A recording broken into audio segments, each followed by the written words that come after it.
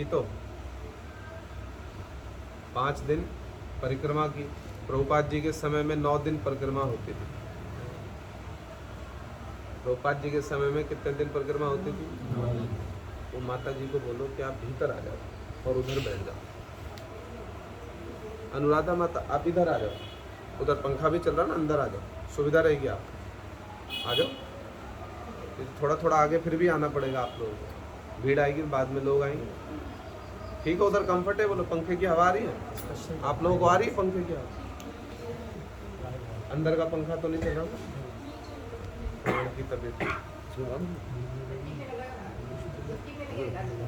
है?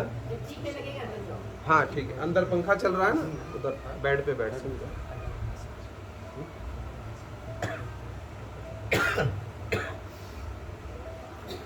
आवाज नहीं आ रही इसमें, कह रहा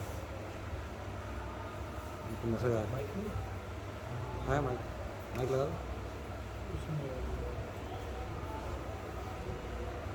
दीप धाम की परिक्रमा की और हम लोगों ने कथा भी श्रवण की तो 5 दिन तक समाधि पर कथा। कोई ये बतलाएगा धाम की परिक्रमा करने का सर्वोत्तम फल हमारे आचार्यों ने क्या बतलाया है? बताइए।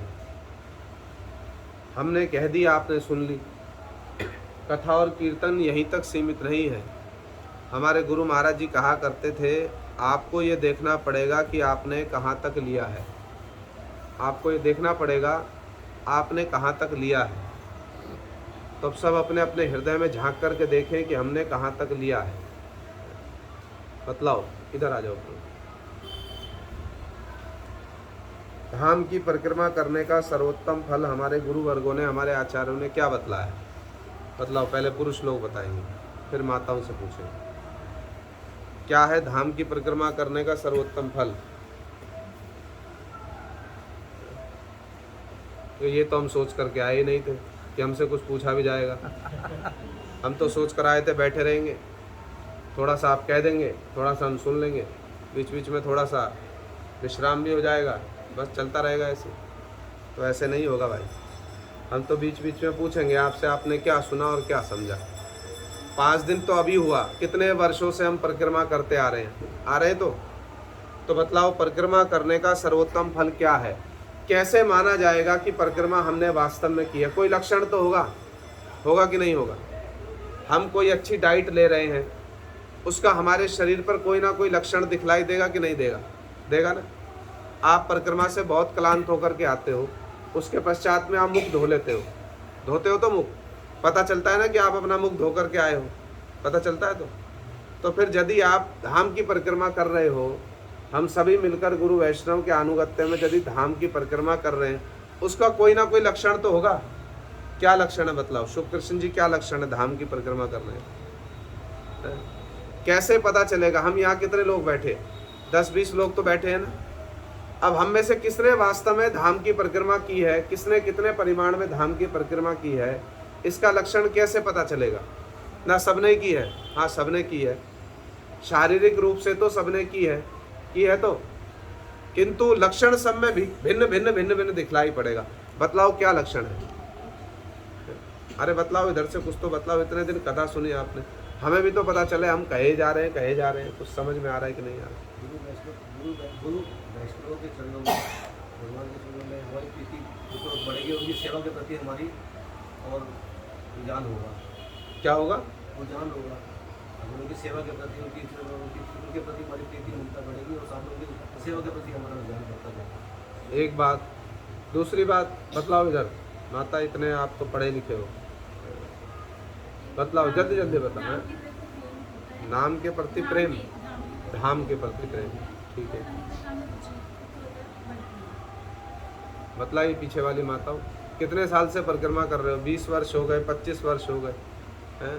कोई कहता हम तो आए थे 1990 में पहली बार आए थे, गुरुजी के साथ में हमने परिक्रमा की। 30 वर्ष हो गए, 40 वर्ष हो गए, कुछ तो हमारे जीवन में लक्षण आना चाहिए कि नहीं आना चाहिए? एक प्रश्न तो उठता है ना। शिला प्रभुपाद जी कहा करते थे, सिंसियर इंक्वायरी है, उसको रख दो माता नीचे।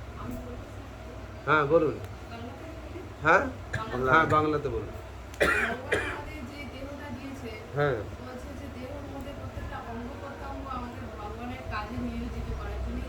হ্যাঁ যেমন আমাদের হাত দুটো দিয়েছে ভগবানের সেবার কাজে লাগানোর জন্য, হুম আমাদের এই চক্ষু দুটো দিয়েছে ভগবানের সেই মূর্তি যুগল দেখার জন্য, আমাদের দুটো পা দিয়েছে ভগবানের মন্দির ধাম অর্চনা করার জন্য, আমাদের এই দেহটা দিয়েছে সমস্ত কাজ কর্ম ভগবানের জন্য করার জন্য।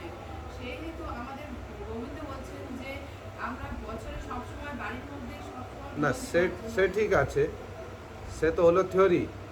পায়ে দিয়েছে আমাদেরকে ধাম পরিক্রমা করার জন্য, কিন্তু যদি আমরা বাস্তব পরিমাণে ধাম পরিক্রমা করেছি তার লক্ষণটা কি কি আমাদের জীবনে আচরণে ব্যবহারে দেখা যাবে, কিভাবে আমরা বুঝতে পারবো যে হ্যাঁ আমরা ধাম পরিক্রমা করেছি, বাস্তব রূপে আমরা পায়ে দিয়ে ধাম পরিক্রমা করেছি, এর লক্ষণটা কি?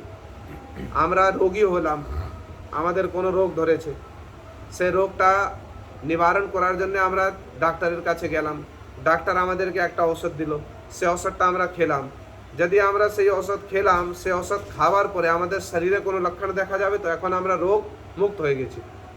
সেইভাবে আমরা যদি पाए दिए परिक्रमा করেছি তার লক্ষণটা কি? अब ऐसे तो समझ आएगा, आप लोग कुछ कुछ सोचेंगे, कुछ कुछ बताएंगे। Yes, that is the most important fruit, taste in Hari कथा। शौनक आदि ऋषियों के प्रश्न के उत्तर में, अब सुनना बात को ध्यान से, सूत गोस्वामी जी ने उत्तर दिया। शौनक आदि ऋषियों ने प्रश्न किया, सूत गोस्वामी जी ने उत्तर दिया। श्रु श्रुषो श्रद्धा नस्य वासुदेव कथा रुचि, ये भागवत की बात है। श्रु श्रुषो श्रद्धा नस्य वासुदेव कथा रुचि। यदि किसी ने वास्तव में तीर्थ की सेवा की है, धाम की सेवा की है, धाम की परिक्रमा की है, तो क्या होगा? श्रु श्रुषो माने सेवा। यदि किसी ने वास्तव में धाम की तीर्थ की सेवा की है तो उसका लक्षण क्या है, उसका फल क्या है? उसका फल है वासुदेव कथा रुचि। वासुदेव की कथा में, भगवान की कथा में हमारी रुचि होगी, ये सर्वोत्तम फल है। और भी बहुत कुछ फल है, जैसे बतला रहे गुरु वैष्णव के प्रति प्रीति होगी, सब कुछ होगा, किंतु गुरु वैष्णव के प्रति प्रीति का भी अर्थ क्या है? क्या है गुरु वैष्णव के प्रति प्रीति का अर्थ? गुरु वैष्णव के प्रति प्रीति का अर्थ है उनकी सेवा। सर्वोत्तम सेवा क्या है? सर्वोत्तम सेवा क्या है? हमारे गुरु महाराज जी बतलाया करते थे, गोविंद प्रभु भी महाप्रभु की सेवा करते हैं तो क्या सेवा करते हैं? क्या सेवा करते हैं गोविंद प्रभु? श्रीअंग की सेवा करते हैं। कितनी उनकी निष्ठा है सेवा में, श्री चैतन्य महाप्रभु जी के इंगित को, संकेत मात्र को समझ लेते हैं। जैसा महाप्रभु संकेत करते हैं झट वैसा ही गोविंद प्रभु जी सेवा कर देते हैं, इतनी उनकी सेवा की वृत्ति है। किंतु स्वरूप दामोदर जी क्या करते हैं? श्रीअंग की सेवा तो करते ही हैं, किंतु उसके साथ में क्या होता है? भाव सेवा भी करते हैं। इसलिए स्वरूप दामोदर जी की जो सेवा है ना, उसको गोविंद प्रभु की सेवा से बहुत उत्तम कोटि का माना गया तो बहुत उत्तम कोटि का माना गया। क्यों माना गया? क्योंकि भाव सेवा करते हैं, केवल श्रीअंग सेवा नहीं करते। श्रीअंग सेवा का अपना महात्म्य है, बहुत महात्म्य है, किंतु वास्तव में स्वरूप दामोदर जी जो सेवा करते हैं ना महाप्रभु के भाव के अनुसार, उस सेवा को क्या माना गया? सर्वोत्तम कोटि का माना गया। इसलिए धाम परिक्रमा हमने यदि की, तीर्थ की सेवा हमने यदि की, उसका लक्षण क्या है? हमारी कथा में रुचि होगी। शिला प्रभुपाद भक्ति सिद्धांत सरस्वती गोस्वामी ठाकुर जी वो विभिन्न स्थानों पर प्रचार करने के लिए जाया करते थे। सुनना उपाख्यान एक बतला रहा हूँ, माने प्रभुपाद जी के जीवन की एक वास्तव घटना। प्रभुपाद जी एक समय गए थे जयपुर में। जयपुर के निकट में एक स्थान है गीजगढ़। क्या स्थान है? गीजगढ़। प्रभुपाद जी जिस स्थान पर जाया करते थे, प्राय ऐसा होता था कि वहाँ उनसे मिलने के लिए, भेंट करने के लिए, उनका दर्शन करने के लिए बड़े बड़े गणमान्य लोग आया करते। तो प्रभुपाद जी जब जयपुर में थे, जयपुर के निकट में एक स्थान है गीजगढ़, वहाँ पर जब प्रभुपाद जी थे तो उनसे मिलने के लिए एक बड़े प्रतिष्ठित व्यक्ति आए। उनका नाम था ठाकुर कुशल सिंह। क्या नाम था? ठाकुर कुशल सिंह। समझ में आ रही तो बात? क्या नाम था? ठाकुर कुशल सिंह। जमींदार थे बहुत बड़े, माने एक प्रकार से समझिए राजा थे, और वृंदावन के किसी बाबा जी के आश्रित थे। बाबा जी संप्रदाय के लोग हैं ना, वृंदावन के किसी बाबा जी के आश्रित थे। प्रभुपाद जी की महिमा श्रवण करके प्रभुपाद जी से भेंट करने के लिए आए। अब उनके साथ में प्रभुपाद जी का कथोपकथन चलने लगा। वो प्रश्न पूछ रहे हैं बहुत सारे, प्रभुपाद जी उनके प्रश्नों का उत्तर दे रहे हैं। बहुत सुंदर सुंदर प्रश्न उत्तर हैं, उसको सुनेंगे कभी समय मिलेगा तो। किंतु मुख्य बिंदु जो यहाँ पर है वो ये है, 2-3-4 घंटे तक प्रभुपाद जी के साथ उनका वार्तालाप होता रहा। अब संध्या का समय आ गया। अब संध्या के समय में होता ना, संध्या वंदन करते हैं हम लोग, आनी करते हैं। तो उन्होंने प्रभुपाद जी से हाथ जोड़ करके कहा, समझना बात को ध्यान से, कि मैं आपके उपदेशों को श्रवण करके विशेष रूप से उपकृत हुआ हूँ, मेरा बड़ा मंगल हुआ है। अभी मेरी संध्या वंदन करने का समय है। मैं फिर किसी दिन आकर के आपके निकट में क्या करूँगा, आपके और उपदेशों को श्रवण करूँगा। समझ में आ रही तो बात? प्रभुपाद जी ने जब ये बात सुनी, कोई भी उत्तर नहीं दिया, केवल भागवत का एक श्लोक कहा। देखो, वो 2-3 घंटे तक प्रभुपाद जी से कथा सुन रहे हैं। समझना बात को, 2-3 घंटे हो चुके उनको प्रभुपाद जी से कथा सुनते सुनते। संध्या की बेला आई और किस वस्तु के लिए निवेदन कर रहे हैं? ऐसा नहीं कह रहे मैं अपने किसी गृह कार्य के लिए चला जाऊंगा, मुझे कोई आवश्यक कार्य है। क्या कह रहे हैं कि मेरी संध्या वंदन करने का समय आया, मैं आपसे विदा चाहता हूं, फिर किसी दिन आकर के मैं आपके उपदेशों को श्रवण करूंगा। प्रभुपाद जी ने सुनकर के कुछ नहीं कहा, केवल भागवत का एक श्लोक कहा, धर्मा स्वनिष्ठिता पुंसा विश्वक्सेन कथासुया नौत्पादेत जति रतिम श्रम एव ही केवलम। बात को समझना, 2-3 घंटे कथा सुन चुके हैं, ऐसा नहीं कि आए और उठ करके चले गए। किंतु फिर भी प्रभुपाद जी क्या कह रहे हैं, बात के गुरुत्व को इसलिए समझना होता है। पहली बात तो है कि 2-3 घंटे कथा सुन ली। दूसरी बात यह है कि किसी जागतिक कार्य के लिए विदा नहीं ले रहे हैं प्रभुपाद जी से। विदा किस चीज के लिए ले रहे हैं? हमारा भी संध्या वंदनानी करने का समय। किंतु फिर भी प्रभुपाद जी किस वस्तु को गुरुत्व दे रहे हैं? धर्मा स्व अनुष्ठिता पुंसाम विश्वक्सेन कथासुया। पुंसाम माने जीव। प्रभुपाद जी कहते सारे कार्यों को करते करते भी हैं, अपने अपने धर्म का अनुष्ठान करते करते भी, यहाँ तक कि संध्या वंदन धाम परिक्रमा इत्यादि करते करते भी यदि भगवान की कथा में रुचि नहीं हुई तो वो क्या है? श्रम एव ही केवलम है। ये मैं नहीं कह रहा हूँ, ये कौन कह रहे हैं? ये प्रभुपाद जी कह रहे हैं। सब कुछ करते हुए, पारमार्थिक क्रिया करते करते भी यदि भगवान की कथा में रुचि नहीं हुई तो वो क्या है?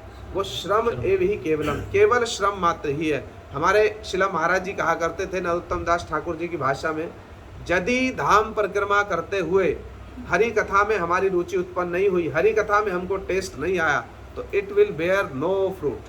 हमारे महाराज जी कहा करते थे। तो धाम परिक्रमा करने का सर्वोत्तम लक्षण क्या है? कैसे पता चलेगा कि हाँ हमारी धाम परिक्रमा हो रही है? प्रत्येक वर्ष जो हम धाम परिक्रमा कर रहे हैं, कैसे पता चलेगा? वासुदेव कथा रुचि, भगवान की कथा में रुचि होना, यही धाम परिक्रमा करने का लक्षण है। तो अपने हृदय में झांक करके हम लोग देखें वास्तव में कितने परिमाण में हमारी धाम परिक्रमा हो रही है। गुरु महाराज जी थे मथुरा मठ में एक समय, और ब्रजमंडल की परिक्रमा चल रही थी, पुरानी बात है। अब परिक्रमा चल रही है, गुरु महाराज जी संध्या के समय में कथा कहते थे। किंतु क्या हुआ, कुछ भक्त लोग, दिल्ली के ना इधर उधर के भक्त लोग, बहुत कुछ होता है ना, इधर भी देखना उधर भी देखना, दर्शन भी करने जाना, यहाँ जाना वहाँ जाना, वो कहाँ चले गए? वो चले गए गिरिराज जी की परिक्रमा करने। सुना होगा आप लोगों ने कथा में, कहाँ चले गए? गिरिराज जी की परिक्रमा करने। जब लौट करके आए तो गुरुजी ने क्या उत्तर दिया? कहाँ गए थे? गिरिराज जी की परिक्रमा करने। गिरिराज जी ने तुमसे बात किया? गिरिराज जी की परिक्रमा करने गए थे, गिरिराज जी ने तुमसे बात किया? क्या उपदेश दिया गिरिराज जी ने तुमको, बतलाओ? तो कोई उत्तर नहीं दे सकता। क्या उपदेश दिया गिरिराज जी? गिरिराज जी कुछ बात करेंगे हमसे? गिरिराज जी की परिक्रमा तब करनी है जब कहीं पर साधु के मुख से कथा श्रवण करने को नहीं मिल रही है, तब जाएंगे। जब साधु के मुख से कथा श्रवण करने को मिल रही है, तब भक्ति के भी सारे अंगों को छोड़ दो, भक्ति के भी सारे अंगों को छोड़ दो। सारे शास्त्र यही बात कह रहे हैं, चीख चीख कर पुकार पुकार कर कह रहे हैं, अरे भक्ति के 64 अंग हैं। किंतु कविराज गोस्वामी जी ने क्या कहा? नवदा भक्ति आरंभ श्रवण होते हो। ये नवदा भक्ति कहाँ से आरंभ होती है? श्रवण से आरंभ होती है। तो इसलिए यदि साधु के मुख से, किंतु साधु हमारे जैसे नहीं, हम तो साधु ही नहीं हुए, साधु पदवाच्य ही नहीं हुए, साधु गुरु जी जैसे, यदि गुरु जी जैसे महापुरुष कथा कर रहे हैं, भक्ति के अन्य अन्य अन्य अंगों को भी छोड़ दो। उसमें कोई डाउट मत करो, मेरा दर्शन नहीं हुआ, मेरा आनिंग नहीं हुआ, मेरा हरिनाम पूरा नहीं हुआ है, मेरी परिक्रमा पूरी नहीं, सब कुछ छोड़ दो। एकांत चित्त से बैठ करके क्या करो? बस उनके मुख से हरि कथा श्रवण करते रहो। इसी को ही भागवत ने कहा है, हम इतनी चेष्टा करते हैं अपने अनर्थों को दूर करने की। अनर्थ दूर होते ना बढ़ जाते हैं? बतलाओ, अनर्थ दूर होते ना बढ़ जाते हैं? क्यों अनर्थ बढ़ जाते हैं? क्यों अनर्थ दूर नहीं होते हैं? भक्ति के इतने सारे अंग बतला दिए हैं, सभी अंग अपना अपना फल देने में सक्षम है, इसमें कोई संदेह नहीं है। किंतु सदा सर्वदा हमारे परम गुरु महाराज जी कहा करते थे, शब्द के वास्तव अर्थ को समझना पड़ता है, शब्द के केवल शब्दार्थ को नहीं, शब्द के भावार्थ को समझना पड़ता है। भक्ति के तो रूप गोस्वामी जी ने कितने सारे अंग बतलाए तो, किंतु हम साधकों के लिए, और केवल हम साधकों के लिए नहीं, सिद्ध दशा में भी देखो, यदि हरि कथा श्रवण जो है उसके ऊपर में कितना गुरुत्व दिया गया, कितना गुरुत्व दिया गया। इसलिए भगवान ने कहा श्रीमद् भागवत में, भगवान ने क्या कहा, आ जाइए इधर आ जाइए, आ जाओ। भगवान ने क्या कहा भागवत में, शुण्वताम स्वकथाम कृष्ण पुण्य श्रवण कीर्तना हृदयंतस्थो ही अभद्राणी विदुनोति सुहृत्सताम। भगवान को सारी धाम परिक्रमा कर रहे हैं, सब कुछ कर रहे हैं, भक्ति के अंगों का पालन कर रहे हैं। किस लिए कर रहे हैं, किस लिए कर रहे हैं? एक ही तो लक्ष्य है ना, एक ही तो लक्ष्य है। क्या लक्ष्य है? भगवत प्रेम प्राप्त करना, एक ही लक्ष्य है। तो उसका सहज सरल और सर्वोत्तम उपाय क्या बतला? भगवान स्वयं अपने मुख से कह रहे हैं, शृण्वताम स्वकथाम कृष्ण पुण्य श्रवण कीर्तना हृदयंतस्थो ही अभद्राणी विदुनोति सुहृत्सताम। भगवान यदि हृदय में आकर विराजमान होंगे ना, एक ही वस्तु से आएंगे भाई, दूसरी कोई वस्तु नहीं है। कैसे आएंगे? शृण्वताम स्वकथाम, जब साधु के मुख से बैठ करके भगवान की कथा को श्रवण करेंगे तभी क्या होगा? हृदयंतस्थो ही अभद्राणी, भगवान देखेंगे ये तो मेरे भक्त के मुख से बैठ करके कथा सुन रहा है, कथा सुन रहा है माने मुझको प्राप्त करना चाहता है, मैं इसके हृदय में प्रवेश करूंगा। किंतु हृदय में प्रवेश करूं कैसे? अभद्राणी, हृदय में तो बहुत मल जमा हुआ है। तो भगवान क्या करेंगे? हैं हृदयंतस्थो ही अभद्राणी विदुनोति सुहृत्सताम, भगवान हमारा मंगल चाहने वाले, इसलिए क्या करेंगे? हमारे हृदय में आकर के बैठ जाएंगे। जब भगवान हृदय में आकर के बैठेंगे, उनके आने से पहले क्या होगा? जितना अभद्र है ना हृदय का, वो सारा अभद्र दूर हो जाएगा, वो सारा अभद्र दूर हो जाएगा। इसलिए एक ही लक्षण है भैया, एक ही लक्षण। भगवान की भक्ति कितने परिमाण में हमारी बढ़ रही है, कितने परिमाण में हमारी धाम परिक्रमा हो रही है, इसका लक्षण यदि कोई अपने हृदय से जानना चाहता, पूछना चाहता। हमारे ना बहुत सारे प्रश्न होते हैं, उनके उत्तर नहीं मिलते, किंतु वास्तविकता ऐसी है, यदि आप निष्कपट चित्त से प्रयास करेंगे, आप देखेंगे सारे प्रश्नों के उत्तर हमारे गुरुवर्गों ने बड़े सहज सरल रूप में, प्रच्छद पट समझते हैं, ब्लैक बोर्ड पर लिख करके दे रखे हैं सारे प्रश्नों के उत्तर। हम थोड़ी सी भी चेष्टा करके देखें, ऐसा कोई प्रश्न नहीं है जिसका हमारे पास में उत्तर ना हो, हमें उत्तर ना दिया उन्होंने, वो सब कुछ कहते हैं। बात बस क्या होती है, हमने अटेंशन किस वस्तु को दी है, हमने प्रायोरिटी किस वस्तु को दी है। अंग्रेजी में एक कहावत है, आप लोगों ने सुनी होगी, no one is too busy, it's just the matter of priorities. भक्ति में भी यही बात आती है, हमारे पास बहुत सारे काम है करने को, भक्ति में भी इधर जाना उधर जाना, ये परिक्रमा वो परिक्रमा, इधर करना उधर देना उधर देना, करेंगे तो इधर दीप देंगे उधर धूप देंगे, सब कुछ ठीक है, सब कुछ ठीक है, किंतु it's just the matter of priorities. हमने प्रायोरिटी किस वस्तु को दी, अटेंशन किस वस्तु को दी है। इसलिए हमारे परम गुरु महाराज जी कहा करते थे, अटेंशन सब समय कहाँ होगी? कान प्रस्तुत करो, सबसे पहले कान। शरीर प्रस्तुत कर दिया, शरीर से बहुत कुछ परिश्रम कर देंगे, बहुत कुछ सेवा कर देंगे, अच्छी बात है, किंतु ये प्रोसेस है। जब आप वास्तव में अपने शरीर को प्रस्तुत कर रहे हो, शरीर से सेवा कर रहे हो, उसका भी लक्षण है। धीरे धीरे धीरे धीरे क्या होगा? कान प्रस्तुत होना आरंभ होगा। यदि शरीर से भी सेवा कर रहे हो, धाम परिक्रमा क्या है? शरीर से सेवा ही तो है ना। यदि शरीर से सेवा कर रहे हो तो धीरे धीरे धीरे धीरे क्या होगा? कान प्रस्तुत होगा। जब साधु कथा कह रहे होंगे ना, कान प्रस्तुत होगा। हमारे महाराज जी कहा करते थे, हमको समय नहीं मिलता था प्रातः काल से लेकर रात्रि तक, किंतु कान सब समय कहाँ लगे रहते थे? माइक से क्या आवाज आ रही, क्या ध्वनि आ रही माइक से। दूर कहीं प्रसाद की व्यवस्था कर रहे हैं, यात्रियों को टिकट बांट रहे हैं, सब कुछ कर रहे हैं, किंतु कान कहाँ लगे हुए उनके? माइक पर क्या कहा जा रहा है, हमारे गुरुवर्ग माइक पर क्या कथा बोल रहे हैं, कान उनके वहां लगे रहते। और हमारे तो कथा में बैठ करके भी क्या स्थिति है हमारी? कान मन हमारा किसी और दिशा में। क्यों ऐसा होता? यही तो अंतर है ना, यही उनमें और हमारे बीच में यही अंतर है। तो इसलिए सबसे बड़ी चीज है, यदि धाम परिक्रमा हमने की, उसका लक्षण दिखलाई देगा भैया जीवन में। वासुदेव कथा रुचि, भगवान की कथा में रुचि होगी। बिना भगवान की कथा में रुचि हुए ये लक्षण नहीं माना जाएगा कि हमने वास्तव में परिक्रमा की है। परिक्रमा की है शरीर से, कुछ ना कुछ सुकृतियां इकट्ठी की हैं, बस कुछ ना कुछ सुकृतियां इकट्ठी की। इसलिए हमारे परम गुरु महाराज जी कहा करते थे, सबसे पहले क्या करो? सबसे पहले अपने कानों को प्रस्तुत करो। साधु के निकट में जाकर अपने कानों को प्रस्तुत करो। हैं परीक्षित महाराज जी कैसे प्रस्तुत है? अपने कानों को लेकर सुनने के लिए प्रस्तुत हैं। तो सनातन गोस्वामी जी श्री चैतन्य महाप्रभु जी के निकट में पहुंचे, जब बैठे उनके निकट में, महाप्रभु ने उनसे पूछा कैसा रहा आपका जीवन, कैसी रही आपकी यात्रा, आपका शरीर ठीक है। उन्होंने महाप्रभु जी से पूछा आप कितने दिन और यहाँ पर ठहरेंगे, मैं उसी अनुसार अपना कार्यक्रम बनाऊंगा, मुझको आपसे क्या क्या पूछना है। ये सब कुछ वार्तालाप हुआ कुछ वार्तालाप। पहुंचे सब कुछ छोड़ छाड़ करके और बस द्वार पर बैठे हुए महाप्रभु आए, गले मिले, आलिंगन किया और एक ही शब्द का, जाओ भद्रवेश करके आओ। दाढ़ी बड़ी हुई थी ना, मुसलमानों जैसा वेश था, दाढ़ी बड़ी हुई थी, जाओ भद्रवेश करके आओ, गंगा में स्नान करके आओ। झट गए, सब कुछ शौर कराया, गंगा में स्नान करके वापस लौट आए। महाप्रभु जी प्रस्तुत है, बैठ गए और फिर बस सीधे, कोई वार्तालाप नहीं हुआ। प्रभु जी कैसे हैं आप, हम पहले रामकेली में मिले थे, तब बड़ा अच्छा लगा था, वहां पर जो बगान है ना वो बड़ा अच्छा था, हम उस वृक्ष के नीचे बैठे, हमें बड़ा अच्छा लगा। ये सब पूछा, क्या पूछा, एक ही प्रश्न पूछा, प्रणाम किया, सीधे बैठ गए। के आमी क्या न मोरे जारे ताप त्रय, यहाँ नहीं जानिए क्या मन ही तो। मेरे पास और समय नहीं है, मैं बहुत समय पहले ही नष्ट कर चुका हूँ। अब वो सनातन गोस्वामी जी हमको आदर्श दिखला रहे, मेरे पास और कुछ पूछने का समय नहीं है। महाप्रभु भी कह रहे हैं मेरे पास और कुछ बतलाने का भी समय नहीं है, सीधे सीधे मुद्दे की बात पर आ जाओ, सीधे सीधे। गुरु महाराज जी कथा सुनते सुनते ना हमारे मुख से भी उर्दू के शब्द बाहर आ जाते हैं, फिर हम भी सोचते अरे गुरु जी के मुख से जो आ रहा उसमें ही मंगल है, सब कुछ ले लो, सब कुछ ले लो। तो सनातन गोस्वामी जी ने क्या कहा, सीधे बैठे और क्या प्रश्न किया, के आमी कहनो मोरे जा रे ताप, अरे मैं कौन हूँ, मुझको ये तीन ताप क्यों जला रहे हैं, बस इसका उत्तर दे दीजिए। और महाप्रभु जी ने भी झट से, आपने प्रसाद पा लिया, आपकी ठहरने की व्यवस्था हो गई, सब कुछ।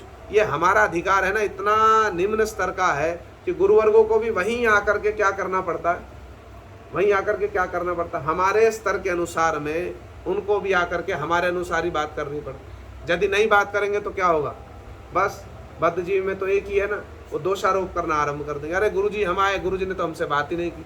जब पिछले वर्ष हम आए थे बड़े हंस करके हमसे बात की, तो गुरुजी भी क्या करेंगे, वो हमारे चित्त की अवस्था को जानते हैं, इसलिए जैसे हमारे चित्त की अवस्था है वैसे ही हमको ट्रीटमेंट मिलेगा, है ना। श्रील प्रभुपाद जी कहा करते थे, doctor knows the latent form of disease but the doctor has no disease. Doctor को पता है इसके भीतर में क्या चल रहा है, डॉक्टर को पता है। श्रीमद् भक्तिविनोद ठाकुर जी जब जगन्नाथपुरी में रहा करते थे ना, बहुत सारे विद्ध संप्रदाय के लोग उनके निकट में कथा सुनने आते, बड़े बड़े लोग कथा सुनने माने उनसे भेंट करने आते हैं। तो प्रभुपाद जी लिखते हैं एक स्थान पर बड़े बड़े लोग आते, बाबा जी दल के बड़े बड़े गुरु लोग हैं, बड़े बड़े आचार्य लोग सब आते। भक्तिविनोद ठाकुर जी उनके सामने कथा नहीं कहते थे, कभी उनके सामने बैठकर कोई कथा नहीं कहेंगे, ऊंचा आसन दे देंगे उनको, उनके गले में माला देंगे, प्रसाद देंगे। भक्तिविनोद ठाकुर जी बड़े गणमान्य व्यक्ति थे, उनकी महिमा सुनकर आते उनसे मिलने के लिए। तो उनके सेवक थे भक्तिविनोद ठाकुर जी के, वो कौन थे, पूज्यपाद कृष्णदास बाबा जी महाराज। वो भक्तिविनोद ठाकुर जी से प्रश्न करते, एक समय उन्होंने प्रश्न किया हाथ जोड़ करके कि ये लोग आते हैं आपके निकट में, आप इनको हरि कथा नहीं कहते, और जो सरल सरल से लोग आते हैं, ग्रामवासी लोग इधर उधर से आपके पास में बैठ जाते हैं, प्रश्न करते हैं, आप उनको हरि कथा सुनाते हो। ये इतने बड़े बड़े लोग हैं, इनको आप हरि कथा नहीं सुनाते, क्यों? भक्तिविनोद ठाकुर जी ने उत्तर दिया, वो मेरे निकट में हरि कथा सुनने नहीं आते हैं, वो मेरे निकट में प्रतिष्ठा ही प्राप्त करने आते हैं, प्रतिष्ठा की इच्छा लेकर के ही आते हैं। आप इतने गणमान्य व्यक्ति हो, हम भी कम नहीं है, हम भी कम नहीं है। इसलिए भक्तिविनोद ठाकुर जी क्या कहा करते, जो वो मुझसे लेने के लिए आते हैं मैं उनको आदरपूर्वक वही वस्तु प्रदान कर देता हूँ। यदि वो मुझसे कथा सुनने ही नहीं आए, मैं बलपूर्वक यदि कथा श्रवण कराने की चेष्टा करूंगा, सुनेंगे वो? उनके कान में कथा नहीं जाएगी, उनके कान अभी प्रस्तुत नहीं हुए कथा सुनने के लिए। इसलिए वो जिस वस्तु की इच्छा लेकर मेरे निकट में आते हैं, मैं उसी वस्तु को उनको आदरपूर्वक प्रदान कर देता हूँ। इसलिए हमारे परम गुरु जी कहते हैं, भाई गुरु के निकट में जाओ, वैष्णव के निकट में जाओ। भागवत कह रही है इस बात को, हम नहीं कह रहे, भागवत कह रही है। हम गुरु जी के निकट में जाते हैं, क्या जिज्ञासा लेकर जाते हैं बताओ? भागवत कह रही है गुरु के निकट में जाओ, तस्मात् गुरुम प्रपद्येत जिज्ञासु श्रेय उत्तमम शाब्दे परे च निष्णांतम ब्रह्मण्य उपमाश्रयम। गुरु के निकट में जाओ उत्तम श्रेय की जिज्ञासा लेकर के। किसकी जिज्ञासा लेकर के? उत्तम श्रेय की। उत्तम श्रेय क्या होता है? परमार्थ। बस गुरु के निकट में जाओ परमार्थ की जिज्ञासा लेकर। हम जाते हैं गुरु के निकट में परमार्थ की जिज्ञासा लेकर, हमारे 1000 प्रश्न है।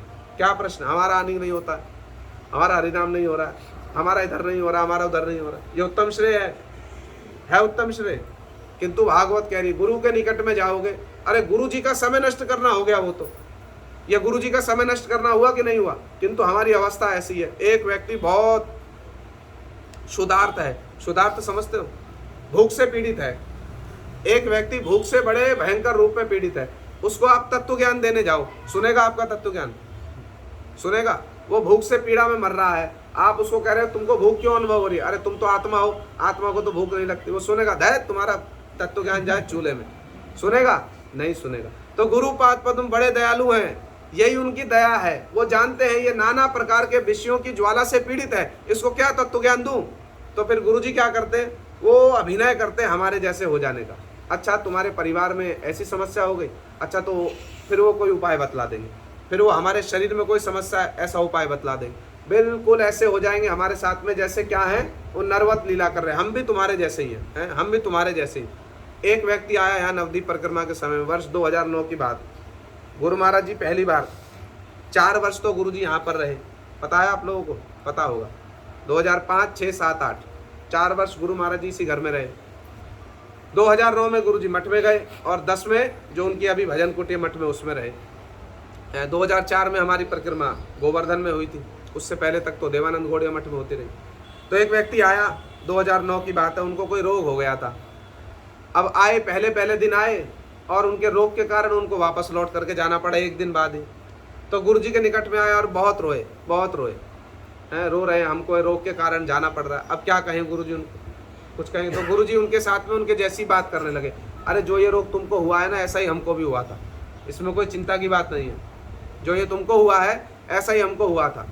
गुरु जी का भी वो हुआ था ना, गॉल ब्लैडर का ऑपरेशन, पता होगा आप लोगों को। जो ये तुमको हुआ था ना, वैसा ही हमको भी हुआ था। हम भी जाकर चिकित्सा कराया है, थोड़े दिन में ठीक हो गए। अब उनसे आधा पौना घंटा बस उनकी ही बात कर रहे हैं, उनके जैसी बात कर। बतलाओ ये गुरु जी का समय नष्ट करना हुआ कि नहीं हुआ? अरे रोग का निवारण करना है, चिकित्सक के पास में जाओ। गुरु जी के निकट में आकर के क्या पूछ रहे हो, क्या बतला रहे हो? हाँ ठीक है, भक्तों की थोड़ी जब चिंता होती है, भावना होती है, तो गुरु जी सामने दिखलाई देते हैं, उनके निकट में जाकर के प्रश्न करेंगे, बात ठीक भी है। कुछ सीमा तक ये स्वीकार्य है, क्योंकि हमारा अधिकारी ऐसा है, हमारा अधिकारी ऐसा है। किंतु सनातन गोस्वामी जी वो पूरे मार्ग पर कहाँ गए? एक बार चैतन्य महाप्रभु जी के निकट में गए, सनातन गोस्वामी जी वृंदावन से गए। तो मार्ग में अभी तो सब स्थानों पर पानी की, जल की व्यवस्था होती है ना, उस समय तो ऐसा नहीं था। स्थान स्थान पे घाट घाट का जल पीना पड़ा, तो उनको कंडू रोग हो गया। कंडू रोग पता है क्या होता है? वो फपोले पड़ जाते हैं ऐसे, उसमें से पीप निकलता है। अब सनातन गोस्वामी जी पहुंचे महाप्रभु के निकट, महाप्रभु ने उनको दूर से देखा, दौड़े आलिंगन करने के लिए।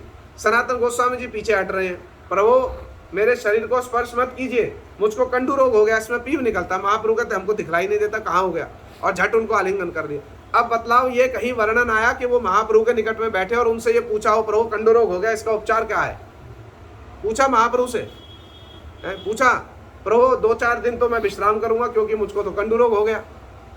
आप बतलाइए, आपको आपका परिचित है कोई जिससे ये कुछ व्यवस्था हो जाए हमारे कंडू रोग को ठीक करने की? पूछा सनातन गोस्वामी जी ने। समझ में आ रही है बात? पता नहीं कितनी समझ में आ रही होगी।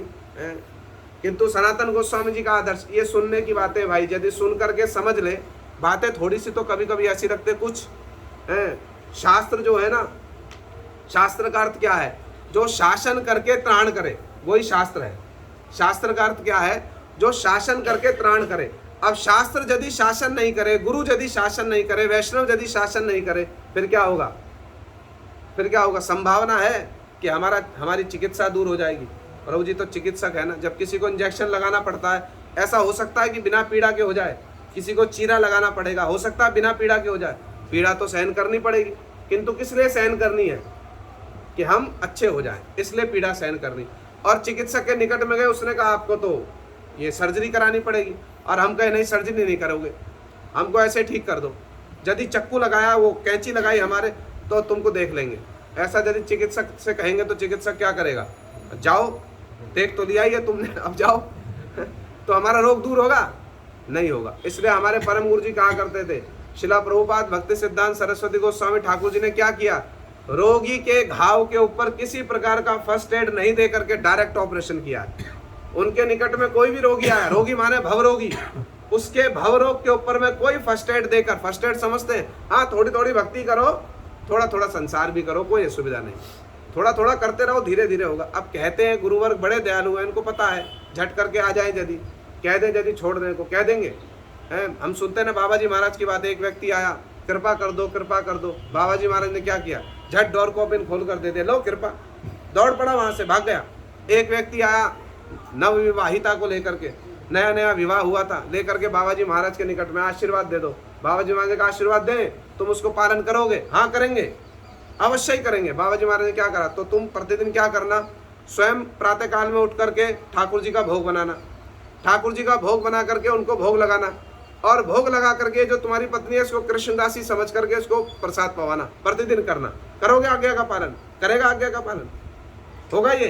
तो कृपा मांगने जा रहे हैं उनके निकट में, वो तो कृपा करने को प्रस्तुत है, किंतु उनकी कृपा का अर्थ क्या है ये समझ में आएगा? हम जीवों को नहीं समझ में आएगा। इसलिए वो क्या करते हैं, अच्छा ठीक है, थोड़ा थोड़ा जितना कर रहे हैं, जितनी चेष्टा कर रहे हैं उतना भी ठीक।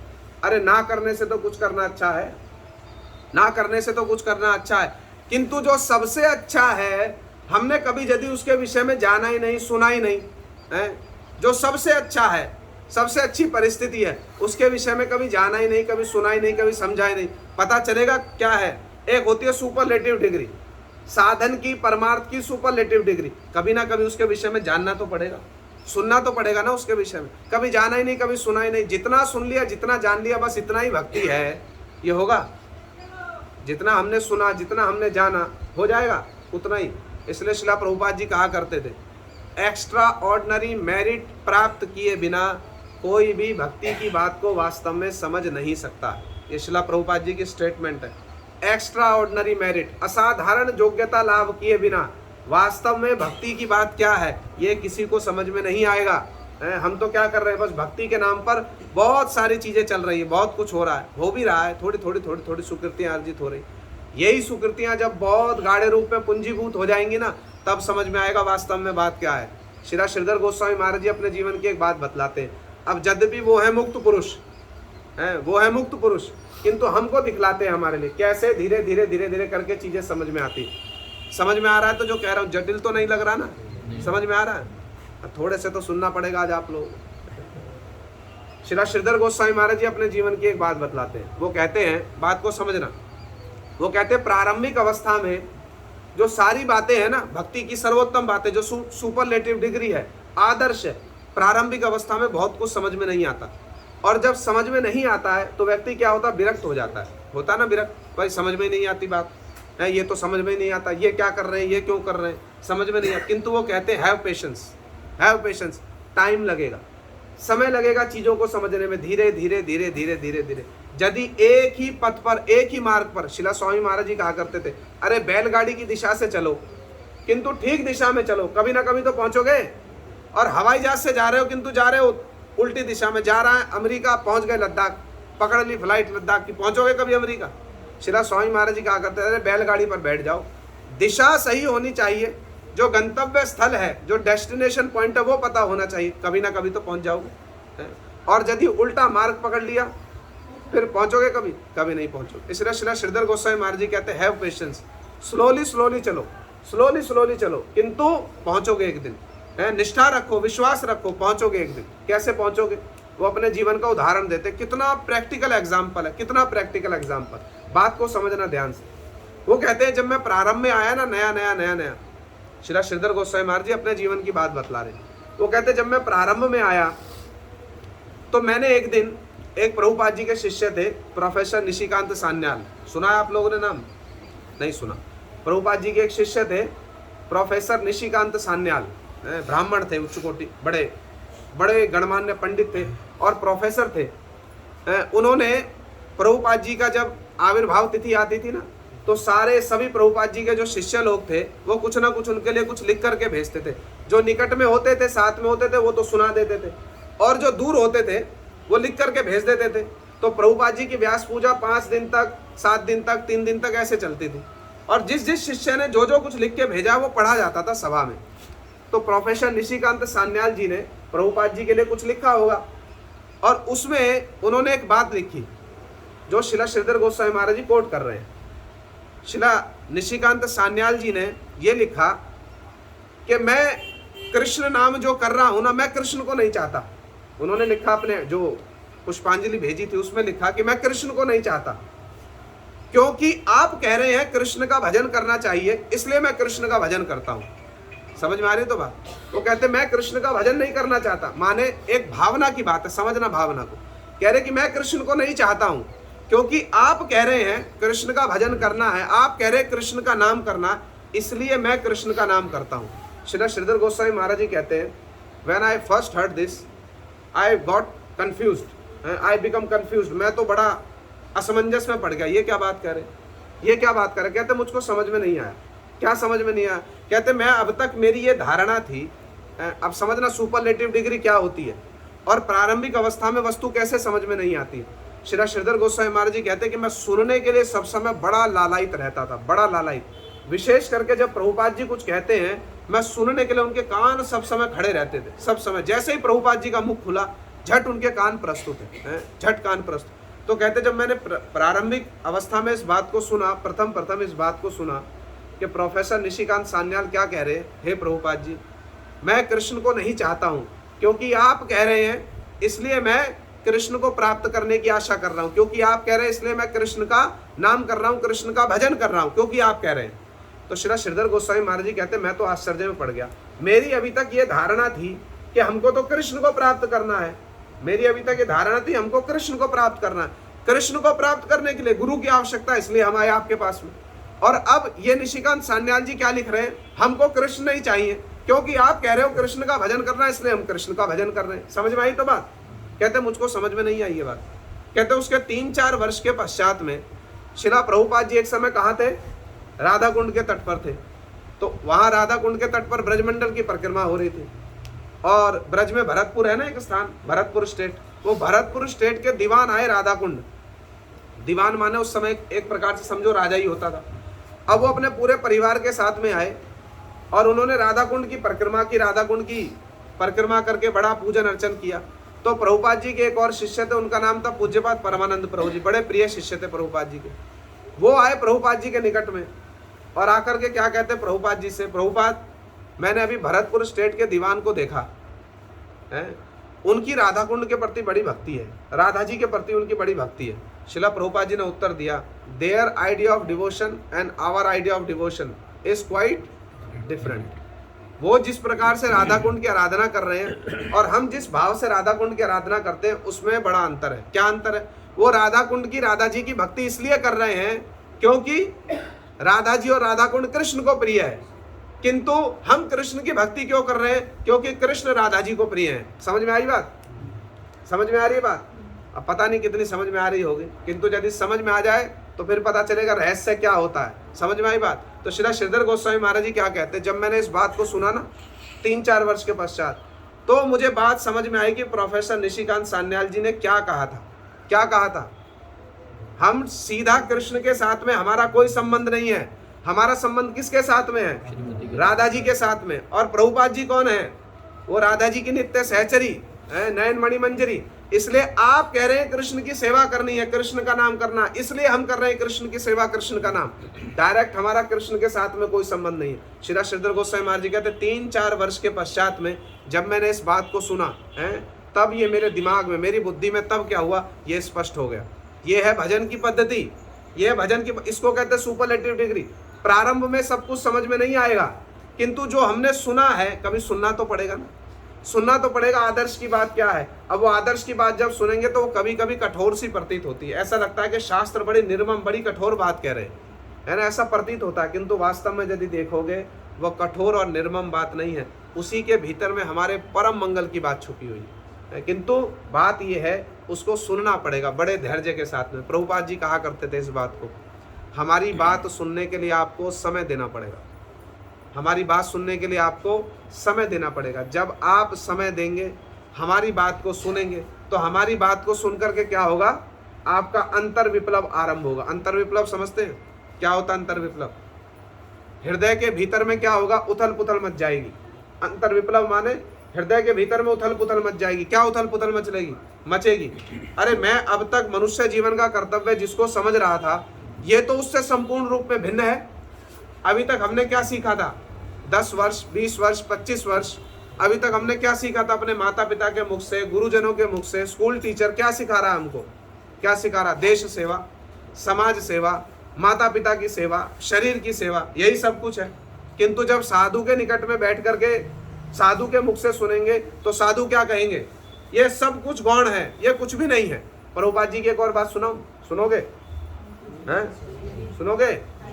रुचि हो रही है सुनने में? तो देखो श्रोता की रुचि के अनुसार वक्ता के भीतर से बात बाहर आएगी।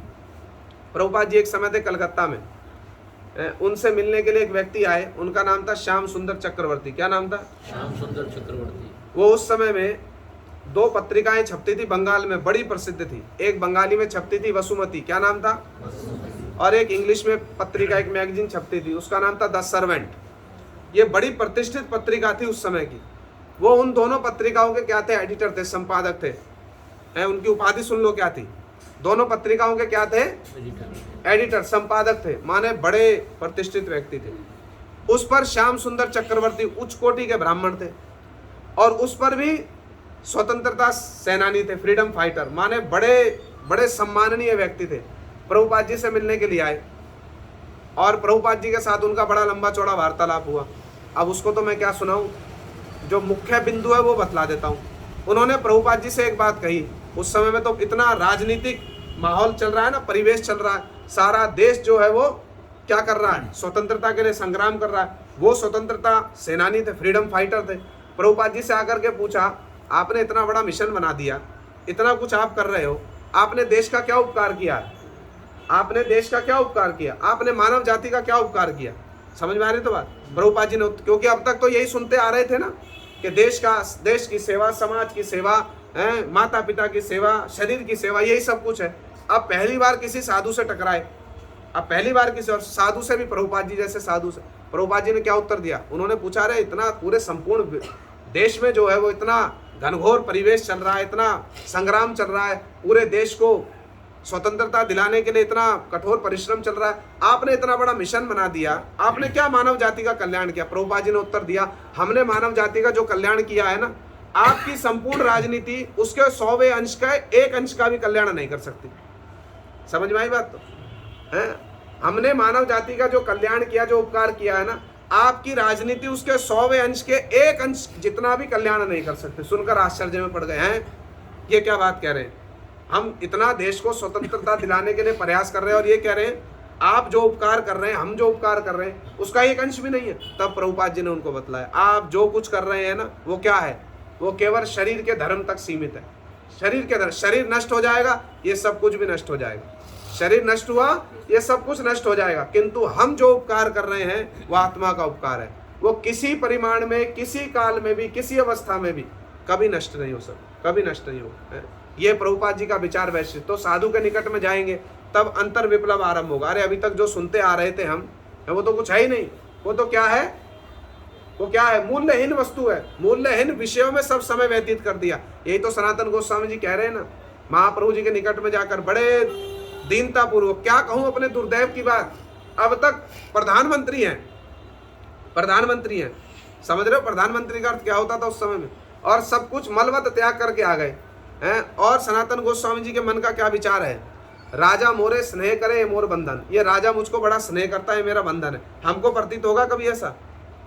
कभी आती है हमारे हृदय में ऐसी ऑनेस्ट इंक्वायरी परमार्थ के लिए है कि ये राजा मुझको स्नेह करता है, ये मेरे लिए बंधन है, इसका स्नेह कैसे दूर हो मुझसे? हमारी दशा कैसी है? ठीक इसके विपरीत है, ठीक इसके विपरीत। रघुनाथ दास गोस्वामी जी रात दिन चिंता करते। क्या चिंता करते? ये मेरे माता पिता का स्नेह ना, ये कमी नहीं होता। कितनी चेष्टा करता हूँ, सारे उल्टे काम करता हूँ, फिर भी इनका स्नेह नहीं कम होता। हमारी इच्छा होगी ऐसी कभी परमार्थ के लिए? होगी कभी ऐसी? बार बार घर छोड़ करके भागते हैं, बार बार। जब एक बार घर छोड़कर चले गए, कभी सनातन गोस्वामी जी ने चिट्ठी लिखी होगी अपने घर वालों को? लिखी होगी, पिताजी आप कैसे, माताजी आप कैसे? लिखी नहीं? एक बार लिखी थी। लिखी है? ध्यान से विचार कर लो, लिखी थी कि नहीं लिखी?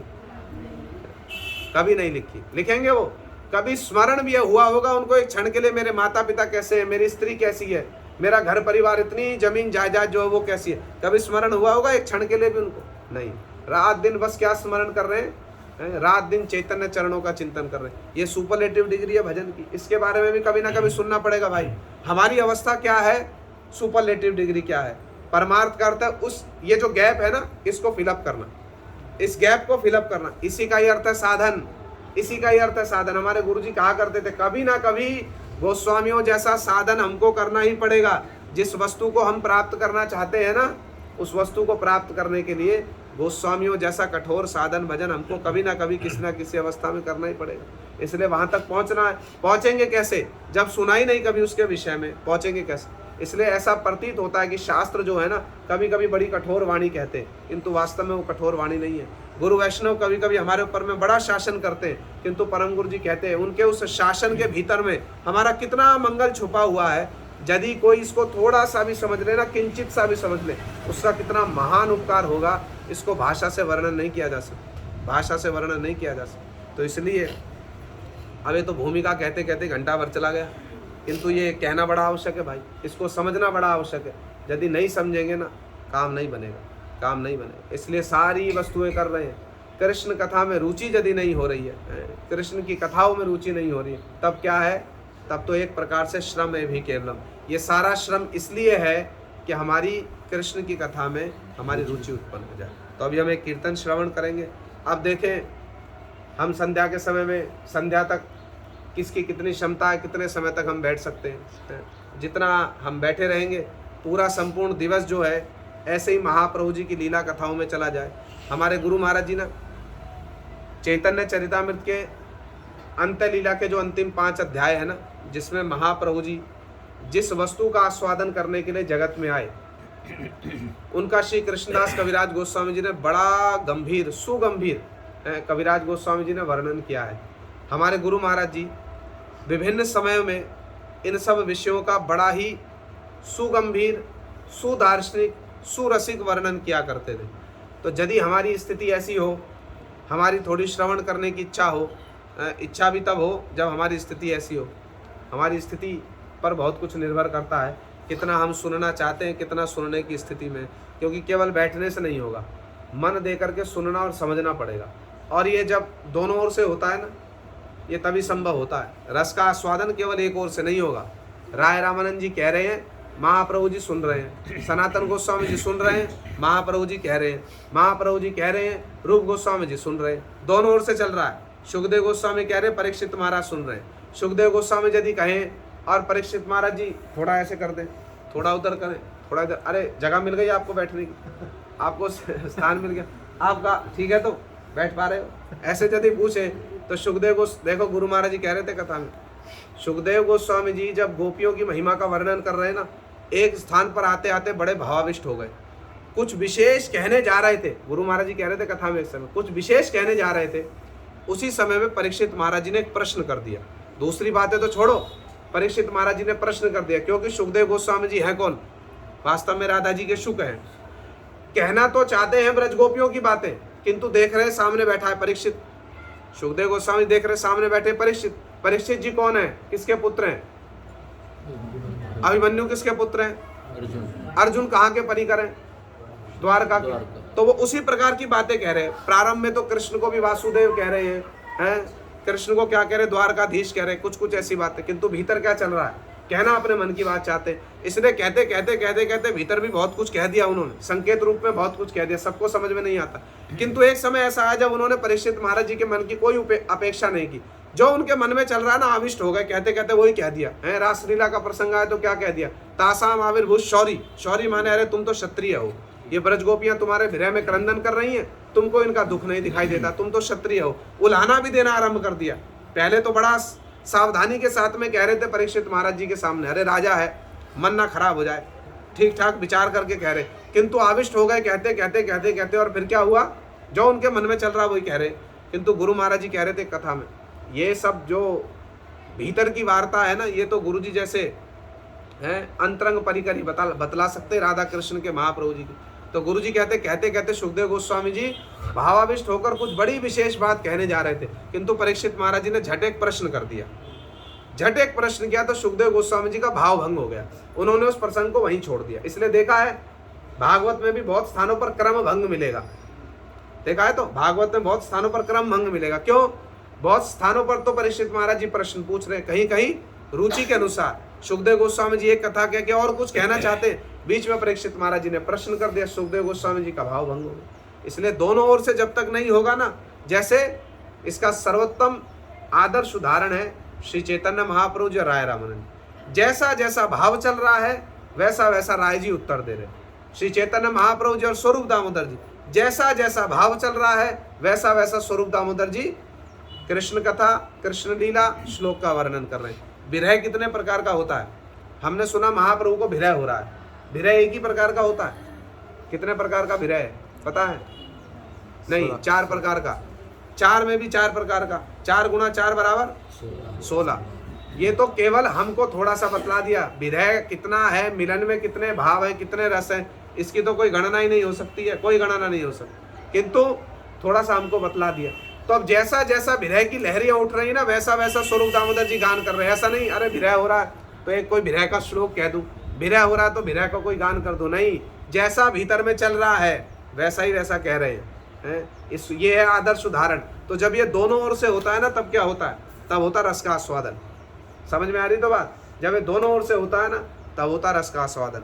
अब उस रस के आस्वादन के लिए हमारे शरीर की अवस्था, हमारे मन की अवस्था, हमारी अटेंशन, हमारा कान, हमारा हृदय, हमारा चित्त वैसा प्रस्तुत हो, तब तो कुछ रस का आस्वादन होगा। दोना लेकर खड़े हैं, दोने में छेद है, आएगा मुख में? दोना लेकर खड़े हैं कुछ पान करने के लिए, दोने में बड़ा सा छेद है, डाल तो रहा है देने वाला, दोने में से कुछ इधर उधर आ रहा, उसको जीभ से चाट रहे इधर उधर, अरे पूरा नहीं आ रहा मुँह है, फिर क्या कर रहे इधर उधर चाट रहे। हमारी अवस्था ऐसी ही है, कुछ इधर उधर चाटने को मिल जाता है बस थोड़ा थोड़ा करके। अरे दोना प्रस्तुत करो, पूरा कान रूपी दोना, और उस कान रूपी दोने को हृदय के साथ में जोड़ दो। जब कान से जाएगा तो सीधा कहाँ जाए? हृदय में चला जाए, तब तो कुछ रस का आस्वादन होगा, नहीं तो फिर तो नहीं होगा रस का आस्वादन। किंतु हमारी अवस्था ही ऐसी है, जितना संभव उतना सुन लेंगे। तो अभी यहीं तक रहे। अब एक बड़ा मधुर सा कीर्तन सुनाओ।